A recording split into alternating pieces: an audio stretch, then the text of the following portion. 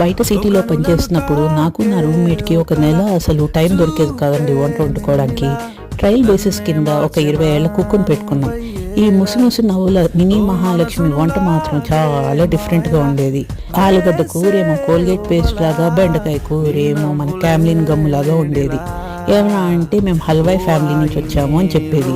తీసేద్దాం అని ప్రతిసారి దాని కష్టాలైనా చెప్పుకునేది, లేకపోతే అది ఎలా శాపాలు పెడితే జాబులు పోయేవో అది చెప్పేది.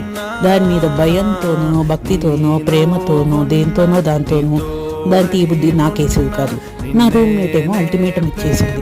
ఎలారా దేవుడా అనగానే అదే ఒక రోజు వచ్చి, నేను రేపటి నుంచి రావట్లేదు, మీరు కష్టపడకుండా ఉండడానికి మా ఆయనతో ఆలు కూర చేయించాను, ఇదిగోండి క్యారియర్ అని చెల్లిపోయింది. దాని మంచితనం కోసమైనా సరే ప్రాణాలు పడం పెట్టి అది టేస్ట్ చేశాను. కానీ ఎంత బాగుందంటే ఆయనతో స్పెసిఫిక్గా రెసిపీ తీసుకున్నారు, హల్వాయి స్టైల్ ఆలు సబ్జీ.